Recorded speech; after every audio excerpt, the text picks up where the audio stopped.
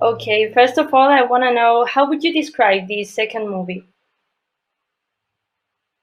I would say it Different. is just just hopefully a movie just as great, if not better, than the first one, where we take the story further forward, where everyone kind of wanted it to go, and I guess like further back because we learn more about the characters' past, and I think just learn more generally on a whole about all of the characters. We get a new character as well, and yeah, it's just the same story but bigger and better with more to it. And thinking about it from a distance and knowing this is such an emotional story, an emotional film, what feelings does it provoke on you?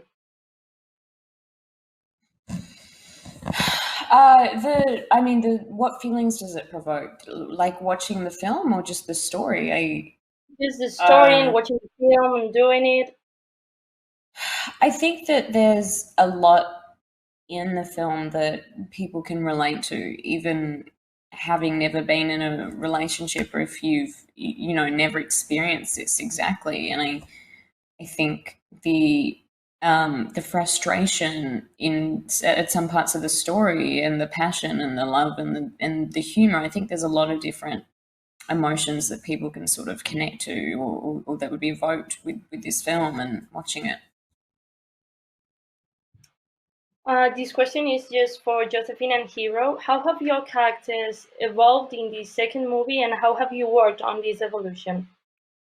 I would say it's kind of kind of quite, if I put it simply, in terms of their relationship, they both fully understand their emotions for each other, and now it's a question of making them work, and that's definitely easier said than done, especially with these two characters. So yeah, I think it's as I said, taking it forward in time and learning more in a whole. It's hard to say without ruining too much, but yeah, I think they learn more about themselves in a way that they can only learn after feeling and experiencing what they did in the first movie.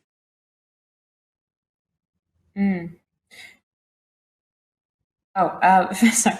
For me, it would be about well, it's not just physically how she's changed and her wardrobe and her makeup and her hair and just little things, and it's also about uh, how she comes across and I feel like she's really sticking up for herself more, and she's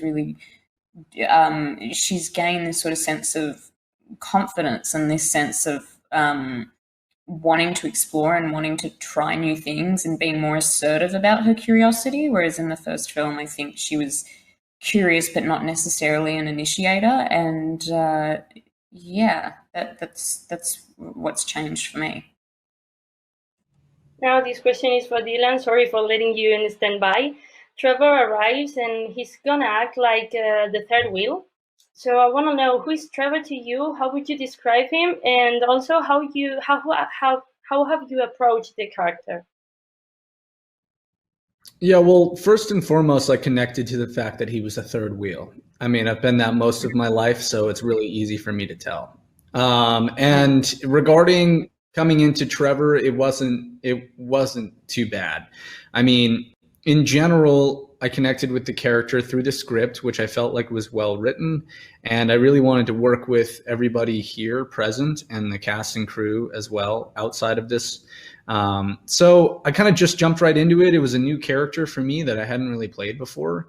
And I really admire some of Trevor's qualities, which reminded me a lot of kind of video game design friends that I have. So I kind of channeled them, and now we're here. Again, for Josephine and Hero, in the second movie, it seems that we're gonna explore more of Hardin's dark side and also more of the toxicity of his relationship with Tessa. How have you worked this out without letting the intensity of the emotions take over? Like as actors, how do Yeah. you do those sorts of scenes in general? Well, I think it's different for everyone. I think sometimes you commit to it and you're in the moment and then you become vulnerable for a minute and then you're not. It's sort of like an on-off switch, and sometimes it can affect you. I think if it's a scene that really resonates with you in real life, it can sort of linger for a little bit. But uh, in general, that's just the job. It's about, I think acting's about empathy, curiosity, and also an ability to be vulnerable when required, sometimes in difficult circumstances. Yeah, I'd agree completely. I think it's tough to detach sometimes, but the majority of the time, you know, you're going there to do a scene that you've analyzed and broken down, and you've been in one mood on one day, and you've looked at the scene, and then another mood and another day, and you've looked at the scene, and by the time you do the scene, you've analyzed it in so many different on so many different days in so many different moods that you feel yourself. It does become for me quite easy to detach on the day. Sometimes you get caught by surprise, especially if it's like a really emotional scene. I'm sure, you know, you're not gonna do a long emotional scene and then be super smiley and happy after. It takes a minute. Some actors can do it like that, and some take a while. For me, I guess I'm still learning, and it really does change. But luckily, I don't think I carry too much stuff from set back to my life. And for all of you as actors, what was the most challenging things of your characters? I think for me, it's I guess like challenge is opportunity, and I love opportunities, so I do really enjoy the challenge. But I think this is across the first and second.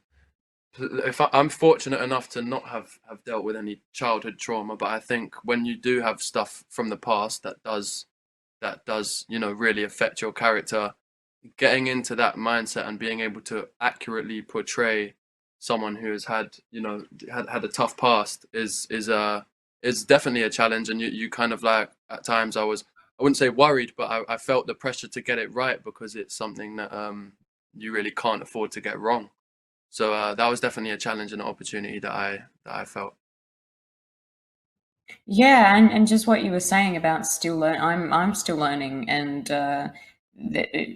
learning to do things under different circumstances, and sometimes things you're not used to. I think the biggest challenge for a lot of people is themselves. Or I think sometimes that's a big challenge for me, just myself, for many different reasons. Their answers were very deep and introspective. Yeah, my answer they is were. pretty simple. It's just I'm not really a suit guy, and wearing suits every day for every scene in Atlanta heat was pretty sweaty. I'm a very sweaty man. So that for me was the most difficult part. I'm used to wearing sandals. And why do you guys think that deAfter was and still is a worldwide phenomenon? I don't know. I think well, No, I was just gonna say, if I knew the answer to that question, I would have my own yeah, worldwide phenomenon written yeah. in up there. But no, I think it does remain a mystery to an extent. I think it's just a great story. I mean, it's a classic story retold in a really like unique, original, contemporary way. And I think it's the fact that everyone can resonate with it, and at least, you know, be entertained by it. I think if you're yet to have your first love, you can imagine what it's like. If you've had it, you can reminisce. If you're in it, you can kind of take notes, and then also, like, you know, take notes on stuff you don't want to do, because you don't want to copy everything Hardin and Tessa do. But I think it's just a really relatable but still dramatic enough to be entertaining story.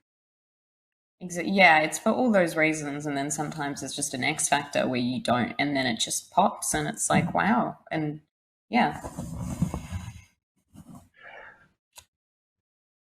Okay, so I think we ran out of time.